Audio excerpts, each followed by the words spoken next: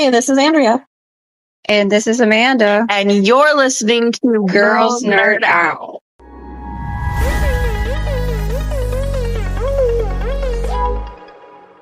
I really like the title of the episode. It's The Eagle and the Sceptre. Yeah, good title. Very good title. So the very beginning, they show a little bit Elendil trying to bring Beric, that's Isildur's horse, with them, and he wouldn't, and he runs off, right? So then they show where the horse goes. The horse goes back to where he last saw Isildur, and he gets attacked by orcs, but the orcs, they don't, they try to take him. They're like, we're not going to eat you, four legs, yet. So they call him four legs. I thought that was funny. But Beric is badass. He fights, he kills two of them, actually. It was really cool. And then he runs off into what is called the Black Forest. And the orcs try to go after him, but they're like, wait, no, because people go in there and they never come out. So he'll never come out alive. And I'm like, that's where you're wrong. But Beric goes and sees this what I thought was cool. This horse is acting like a dog, kind of like when dogs hunt for things, hunt for people, or he's sniffing the ground, he's digging the ground. Like Lassie, yes. Find everything Lassie, like really smart animal, really smart.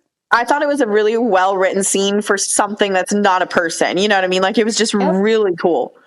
And so you see this really dark cave, and I'm like, don't go in there. I know he's going in there to get Isildur, because that's probably why he's going in there. That's my original thought. I was like, don't go in there, but you have to. And there's spider webs everywhere. It's dark and I call it spooky. It's very spooky in there. And you see Isildur. He is tied with spider webs tied to a stone looking thing, and there's spider eggs everywhere, and and he wakes up because Beric is sniffing him and licking him, and it's just really cute. And then Isildur realizes where he's at, and he's sitting across from this orc that looks dead. So he takes his weapon, and the orc wakes up and tries to kill him. And then this giant spider, which is you want to say her name? The famous Shelob. Yes. Which is the spider that Gollum tricks them into her lair. And she's absolutely terrifying and very well known. And except this is, what would you say? Teenager? Teenager. But she's still freaky. Oh, yeah. No, she's still scary. She's just not as big as she gets. No, I'm not sure if all those spider eggs are her kids or what, but they start breaking out and attacking too. They attack Beric, they attack Isildur, but the big one attacks Isildur the most, and Isildur, kills the orc. That was fun. That was interesting. And then tries to kill Isildur. She's badass, this little spider. I mean, she's not little, but you know what I mean. She's huge for a freaking spider. She's just not as big as she gets, when we see her in Lord of the Rings. But this is a big damn spider. Yeah. And he stabs her in the face.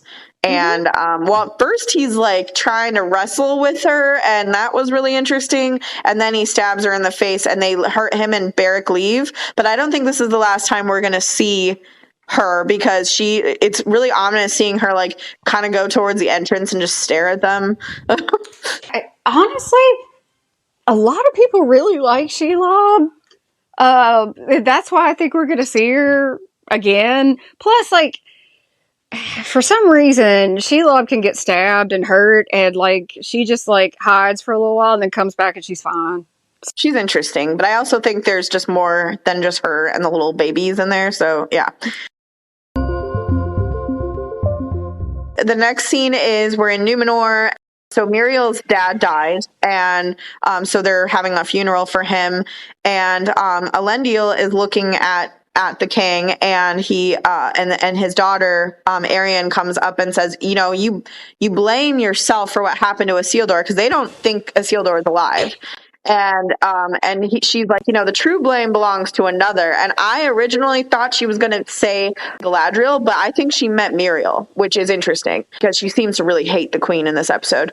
And then the queen comes out and people are pissed at her because of everything. I mean, a lot of people died and they didn't ask for this war. They didn't ask for these people to die, and they didn't ask to work with an elf. So I get it. A woman who's upset about her son being killed, she goes up to the queen and slaps her in the face. I can't believe that. I was shocked. I was like, do they just walk up to monarchs and hit monarchs on a daily basis, or are they just doing this to her because they don't trust her? I just was shocked by that. But the queen hugs her and lets her cry after that. She doesn't do anything to her, which is interesting. There's a really creepy scene after that with the queen in her room. I think it's her room, because she's looking for the key to open up that door where that ball is, where she sees stuff. I can't remember the name of it. I'm sorry. I just know it because I've watched the movie so many damn times. So the whole thing with the Palantir is there are several of them, and they're like a glass candle in A Song of Ice and Fire, except they're connected. So if you're using it to look at things, if somebody else has one, they can be watching you. It is what Pippin stole from Gandalf. And because, you know Pippin. And Pippin holds it, and he's staring at it, and Sauron can see him. Yeah, I remember that. Yeah, that's the same thing as a Palantir. Saruman has one, and that's why Gandalf keeps it covered up. And that's why they have to go hide Pippin, because Pippin stared into it, and Sauron saw him. So yeah, I don't know if that's the same Palantir, but it wouldn't surprise me. Well, okay, so she has this key to open it because she keeps it hidden, so she's trying to hide it because Farazan comes into the room and she can't see, so she didn't know he was there at first until he announced himself. And then what I found was creepy about it was that he was like asking her about what she was hiding, and she puts it on her wrist and she doesn't tell him what it was. And then he goes up to her and he has like these fabrics because they need to have her, they're preparing for her coronation. And it just was creepy how he was like touching her. I don't know. He's creepy. He just gives me the worst vibes. And he also says, because she like talking about an eagle, she was wondering if an eagle is going to show up to her coronation. And he says, should an eagle ever appear at her coronation, it would be an auspicious omen. I just don't like that dude. Well, and I guess he's like her cousin. Really? Yeah, because there's a bar scene where he's hanging out with Elendil's daughter, his son, and this other guy, I can't remember his name. And they're talking, and they're saying that he has the better claim than she does, which is weird. And they call Muriel a warmongering queen, and one with and a blind one too. And I got really pissed about that one. I was like, come on. No, don't say what you told me. It's ableist. That's exactly what it is. It's ableist. It's gross. It's ableist. And Arian is basically going to tell them that she found that thing that she kept secret. She stole it. She's the one that stole it. And Valendil, who is Isildur's friend, he goes up to the table and basically sticks up for the queen. And I think that's awesome. They should be ashamed. That whole table should be ashamed, and they're not. They're the fall of Numenor, you know? It's no secret. I mean, there's already been visions that, wave coming up, taking it away. Valar know that over time, the people of Numenor, instead of being thankful for what they have, because they're basically, like everything Tolkien is Christian based, like, it's Eden, and you're given all this, and then over time, instead of being happy about Eden, they're jealous they're not in heaven.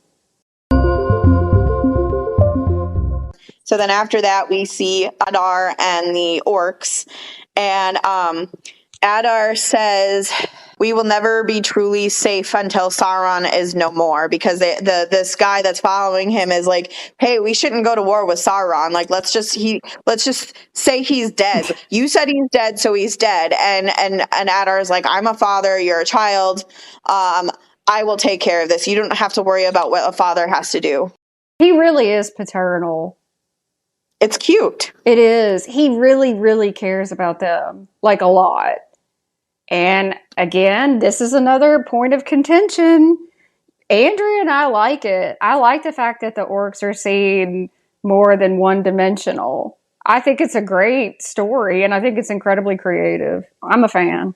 Yes, and we see one of the orcs has a baby orc, and I know a lot of people are not thrilled about that, but I think it's cute, and it shows that they're, not all bad. Well, the thing is, before this, everybody thought the only way you can have an orc is if you torture an elf or a man.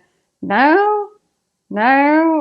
Apparently, there's orc couples that can have babies, and it's meant, the whole purpose of it is to make you think. Like, okay, wait a minute. These are not just like I said, one-dimensional killing machines. That one has a baby. I don't know why people are so mad about it, but I think it's cool. We meet a troll in the same scene, hill troll, which I think is really cool. His name is Damrad, the hill troll, and I'm not exactly sure what he's there for yet, but Adar needed him for something because he sent him a messenger, and the troll killed the messenger, and he's like, well, I guess you got my message, and I thought that was funny, even though it probably wasn't supposed to be. It was kind of funny. And it's funny. He does look cool. He's got like a loincloth with skulls on it, and I thought that was really cool. Yeah, I like that there's different kinds of trolls. Like a cave troll, he just shows up and like knocks things down. And so a hill troll, though, he actually like has on a loincloth and like talks to you. So that's cool. And they look alike, but they're different. Yeah, he definitely talks, and he's voiced by Benjamin Walker, which I found is really cool. Benjamin Walker is Gilgalad, so I thought that was awesome. Or as Andrea calls him, Gilgadad. Gilgadad, yeah. And they also call him the Eater of Dragon Bones. So I'm like, oh, those poor dragons, but they're probably already dead when he eats them. Oh, right? yeah. So that makes sense. Yeah, because I think in the War of Wrath, like a bunch of dragons died, so he's probably just munching on those. Durin and Disa go to meet with Celebrimbor, and they meet Annatar, and I really like this scene because Prince Durin is hilarious. Like, he makes me laugh all the time, even when I don't know if he's trying to be. But like, they're talking about jewelry, right? Mm-hmm. And he's like, "You brought us here to barter jewelry." Oh, I mean, that's kind of how it seems. So he is great. But Celebrimbor is just like, it's power that will heal your mountain. And they basically want mithril for the rings. Yep. So they're going to have to dig for the mithril anyway, which is funny, but it makes sense. Yeah, but you can see that mountain's already got issues. And if you start digging again, I mean, we can see it, but... So I know that Durin, we think that Prince Durin probably likes elves more than the king, but I have a feeling the king is probably, I mean, he may not be as bright as we think Durin is, but I feel like Durin might be, like, the King Durin might be not as easy to manipulate as the son. Yes. He's older and wiser, and he's seen more. And so he's leery for probably good reasons. Annatar uses the fact that Elrond is his best friend, yep. And he uses that a lot. That's another form of manipulation, which I think Durin didn't really give into that much anyway, but like, he's just like, Elrond speaks highly of you. He says you're very bright, like all this kind of stuff. And because Annatar doesn't speak until this moment, like, because Durin's just like, oh, I don't think we should do this.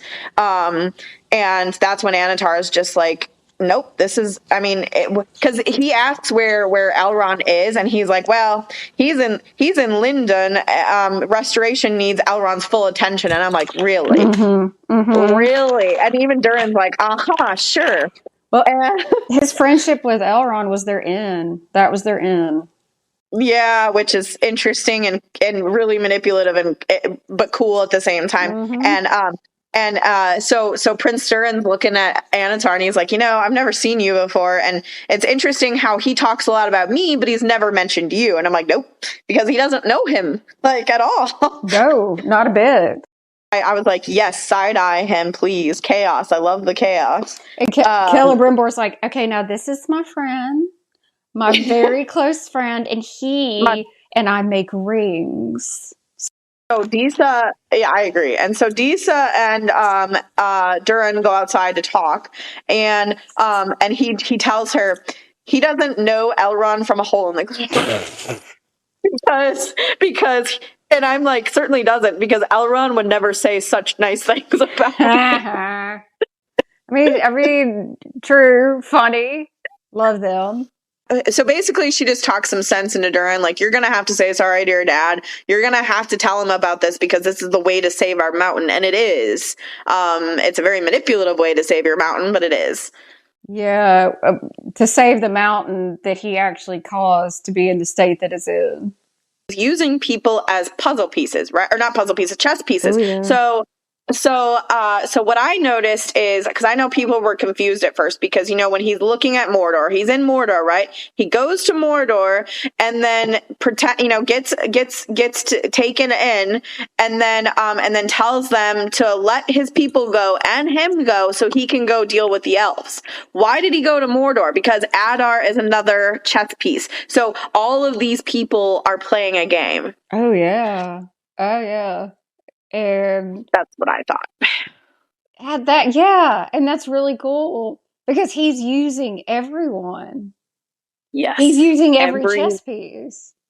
And the reason why I started thinking that was because of the first episode with the old man with the pouch. Like, everybody is usable. So. Oh, good job, Andrea. Damn, everybody's playing checkers and Sauron's playing chess. Damn. Yeah. I'm a huge, huge fan of this, and I am like so into him that I had to like really think about it. So no, that's incredible because I mean, I know he's really old, but like he has to be highly intelligent to be doing all that stuff at the same time and moving this one and this one and that one and this one. Ooh. Yeah. Do you think he knows about Saruman, the Dark Wizard? Probably, but I don't know if he's going to do anything about it because, well, I don't know. They might know about each other and they might be working together at the same time because the acolytes, the ones that went after Gandalf at first, they think he's Sauron, so they know Sauron exists, but I don't know if they know what he looks like or what he's doing. Well, if they don't know each other yet, they will, because that's how it ends up, with Saruman like being completely evil and trying to kill Gandalf, is because Sauron, like, over time, like he gets him with power. He's like, I can give you more power. You want more power? You want more power? And that's how all that happens. So they will definitely interact. Yeah. And I was just going to say, probably whenever Sauron decides that he needs him for something. Yeah, that's probably what's going to happen. So then we have a scene with Celebrimbor and Annatar, and Annatar is saying, like, because he doesn't like that the dwarves are taking their time with this, and he's like, time is a luxury, and I wrote, it's desperate, he's very desperate, and like, nobody is seeing this as a red flag. Annatar is still trying to manipulate him more because he's saying, your high king believes the dwarves to be unworthy of the power of the ring. And I'm just like, where? He has never said that. Whatever. Celebrimbor is going to send a letter to Gil-galad because Annatar's like, hey, he's going to find out that we're still working on these rings. And he said we shouldn't make any more rings. So what are you going to do about it? And he's like, well, I'm going to tell him that I'm going to close the forge. Then I will tell him I'll come see him soon. But I don't think he's going to do that. He's just going to tell him that it's closed so he can continue to make the rings. He's going to know exactly what to say to get everybody to do exactly what he wants. So we see Isildur again, and Isildur is, he finds an encampment with like a bunch of dead people, and he's looking around, and there's this girl in a tent. Her name is Ygritte, I think. She's interesting. She stabs him in the leg. That's how they meet. Please tell me this is not some like Ygritte Jon Snow thing. I don't know. This girl I'm side-eyeing for a bit until I know more information. It starts with an E. I think it's Ygritte. I could be wrong. But, so It's funny because she's like, I'll take out the knife, and he's like, no, don't do it. And she takes out the knife. He's like, it's meant to be in there, and she's like, well, I've never been stabbed before, and he's like, neither have I. Jesus. It was just, I'm sorry, I just really liked that scene. And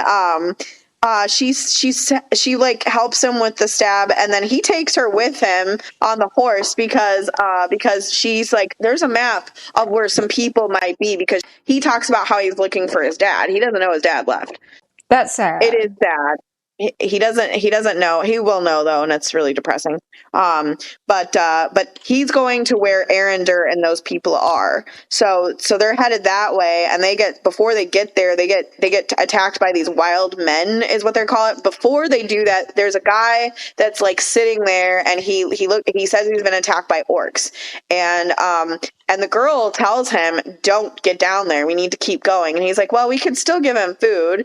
So he gives him some food and gets attacked. And they steal. He should have listened to the girl. Even the guy's like, you should have listened to her.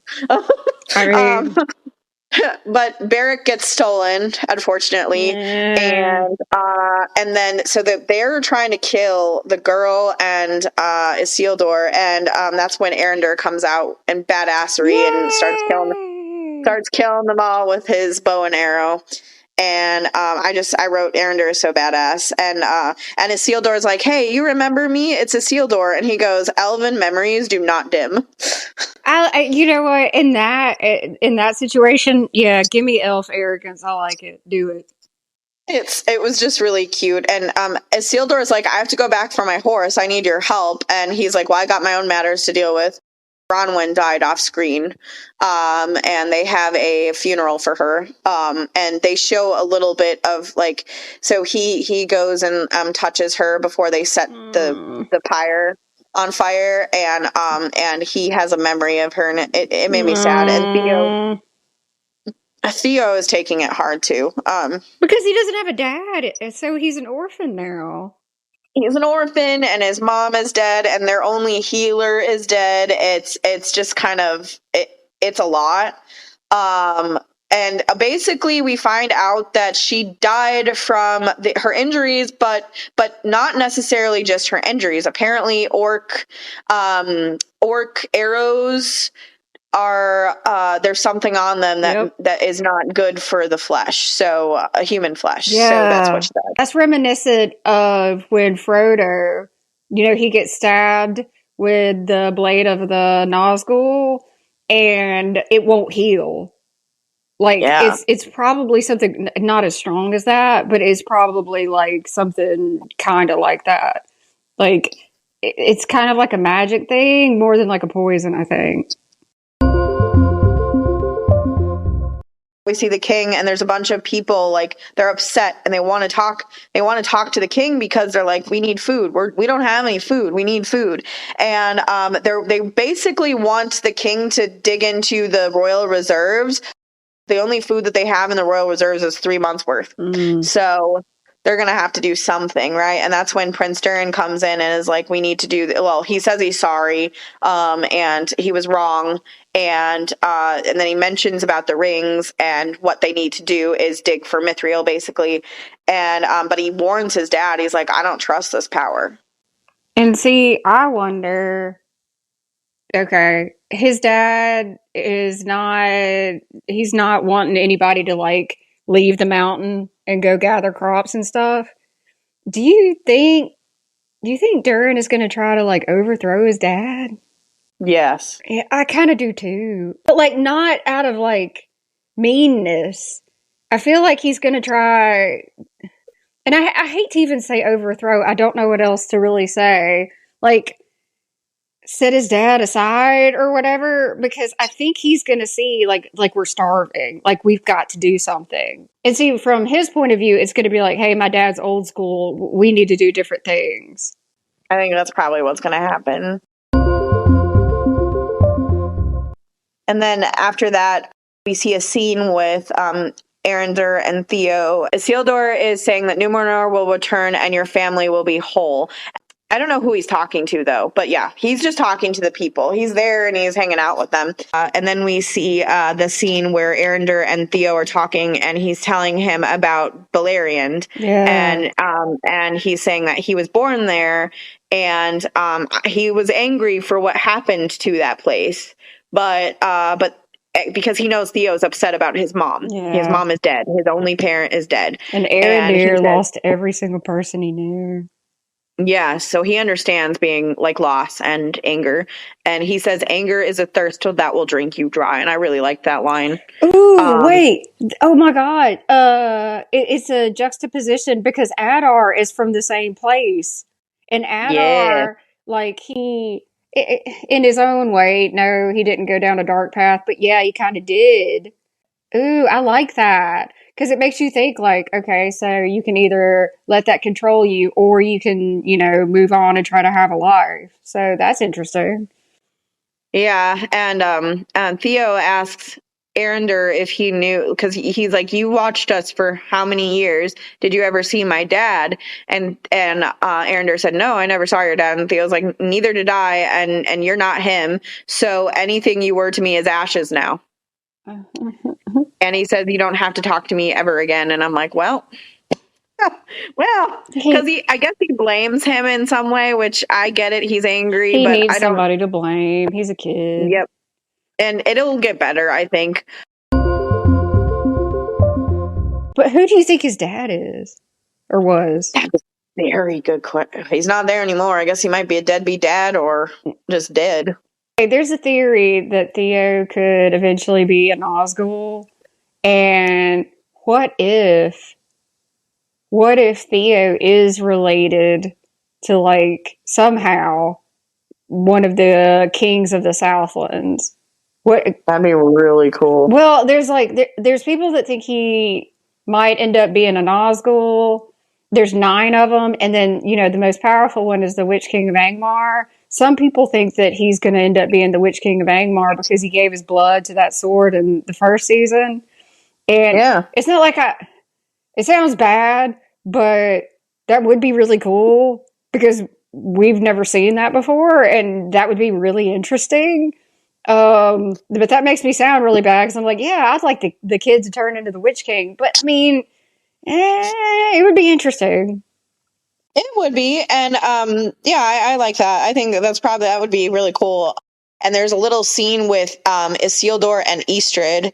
So he talks to her about, like, because she's there, she's looking, I forgot to mention this, she's looking for her betrothed. She apparently is supposed to marry somebody. I don't know who she's supposed to marry, but that's why she's there. So she's like, I have not found him. And they get into talks about, like, his mom and his dad, because he knows his dad left because he didn't see their ships in the harbor or anything like that. They're gone. Sad. And and he talks about his mom, and we find out that his mom died from saving him, so he blames himself. And he claims nobody knows exactly how she died except that she drowned. That's all he told people. And Theo hears this whole conversation, and he's crying because his mom really loved him, and I think Isildur's mom really loved him too. So I thought that was just a really sweet scene. It didn't like bring anything other than the fact that we know his mom died from saving him. We see Istrid has a brand of Adar on her back. Dun, dun, dun. And she takes a knife, sticks it into fire, and then tries to burn it off. So I'm very curious if she is like, I'm safe, I don't have to deal with these people anymore, so now I can get rid of the evidence. Or if she's trying to be manipulative. I don't know. Okay, so that goes back to when, you either bend the knee or not. Yes. She could definitely be somebody that did just to survive and then got out of there, or she could be a spy. Either one. Well, the reason why I say this is because the guy that pretended to be like attacked by orcs, Isildur noticed he had a brand too. So maybe now that she's seen how some people are acting, she's scared and wants to get rid of it. They're going to notice. They are. I'm sorry, honey, but a curling iron didn't do that. Isildur goes to get his horse, right? And he's like trying to slowly get the horse out, but the men there's like quite a few men there, and they notice something's going on. And there's a guy hacking at a tree with an axe. You see that person with the axe drop the axe and he's gone. And then Theo comes to the camp because the horses are making too much noises. And Theo goes there and talks to them and is like, hey, I want to sit by your fire. Can I sit by your fire? And they're like, what is a kid doing out here? And he's like, well, I'm just like you. I'm a wild person. And, you know, I've been dealing with, like, he even shows that he has a mark of Adar, but it's not the same mark as theirs. Yeah. So they're really suspicious of it. And he's like, well, I've done more for him than you have. And I'm like, what have you done? Well, that's really good trying to manipulate them. And they get very suspicious, and then all of a sudden people start getting taken out of nowhere. Like a guy, because a guy comes to attack Theo, and then that guy gets taken, and then all of them get taken, and then Theo gets taken. So I'm assuming it's the Treebeards, because I didn't see anything else. But the reason why I say that is because in the trailer we do see Arender talking to a Treebeard, and I'm assuming he's going to be doing that because Theo is taken, and Isildur is probably going to go to the camp and be like, hey, Theo's gone. I think that's really cool, and I love the Ents. And this is going to show us, because in Lord of the Rings, the Ent wives are gone and there's no kids.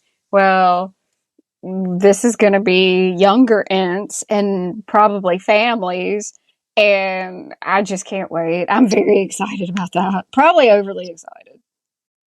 Me too. I think it's going to be great. And then, so the end of the episode is basically Numenor again, and the Queen Muriel is going to be coronated. This is her coronation, and she looks stunning. Her dress was white.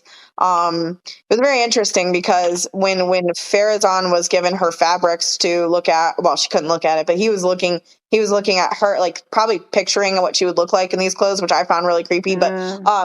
But one was red and one was white, and she went with the white one. I thought it was a good choice.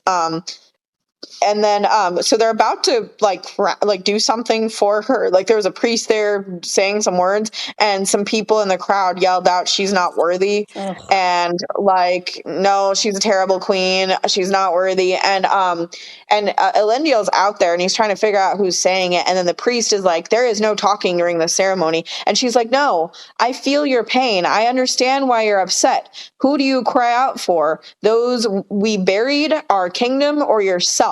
And then Arian comes out. Arian comes out, and she talks about the fact that the queen is hiding something. The queen has been lying to them. She's using an elven artifact, which is the what is that word again? I'm sorry, I'm really bad with that word. No, it's not like a regular word, and the only reason I know it is because of the movies. Palantir. Palantir. Yeah, sorry about that. I am just, anyway. Don't apologize. Look, we do the best we can. We don't know all the words for this, and we do fine. Well, she basically tosses it on the floor and says, "This is your queen." And I'm like, well, she needs it. And then Pharazôn's there, and he's just like, no, that can't be true, because why would she need this? She doesn't need that. She doesn't need this to help rule. We don't need elf help. It's whatever it is. And before anything happens, Elendil tries to pick up the ball, and it shocks him and throws him across the room. So everybody's freaking out. The crowd's like, "Oh, this is dark magic." And they're like, "We need to kill her. We need to get rid of her." It's a mess. And so they're trying to attack her. And then that's when an eagle comes in. You want to know something interesting? What? So there's only one time in the movies that a Palantir kick somebody back like that, and it is when Gandalf is rescuing King Theoden, and he banishes Saruman from Theoden, and you learn that that's how Saruman was controlling the king, was through a Palantir. So if somebody walks up to it and tries to touch it and gets knocked back, it very well could be because somebody's looking through it at that moment. I wonder who's looking through it. I don't know, but it could literally be anybody. It could be. Oh, I bet it's Sauron. Yep. because Sauron knows everything. So I think it's him. Okay, honestly. Sauron has a Palantir, and that's how he started to twist Saruman. And that's why Gandalf was shocked that Saruman was just using it. He's like, "Why are you using that? Like, we don't know where the other ones are." And Saruman's like, "No, I'm gone. I'm way down that path." So yeah, it probably was Sauron. Well, and Sauron spent time with those people, Yep. and he likes chaos. He lives off chaos. He would love this. What's happening? So, yep, I definitely think it's him. I haven't seen anybody talk about the eagle other than the fact that so this eagle is there, and Pharazôn goes up to him, the eagle, and the eagle doesn't do anything to him. So he just assumes that means, like, okay, I think he accepts me. And then the whole crowd thinks that too. So they're like, Pharazôn, Pharazôn. So they want him to be king now because they think that he is like the rightful heir and this queen isn't. And because she doesn't get to go over there, she was just almost attacked. So, I'm not sure what it means, but I think it very much gives like this is a man thinking that he is doing a good job just because a bird didn't try to eat him. And there's a good chance that eagle is going to go get the others because the eagle probably knows what's going on and probably gets a vibe. Yeah, I think you're probably right. We've been pretty right about the animal so far, so it could be. That's my thing, man. That's why I was like, Isildur's horse. His horse is going to save him. Like, I mean, like ants, eagles, the horses. Who knows? There might be an Arlephant at some point. These are my faves. I love them. The eagles are good. They're friends with Gandalf. But in The Hobbit, though, not everybody's on the same side, obviously, in The Hobbit. So I don't know at this point what the relationship is with the eagles and men and the Númenóreans. So that's probably something I need to look up.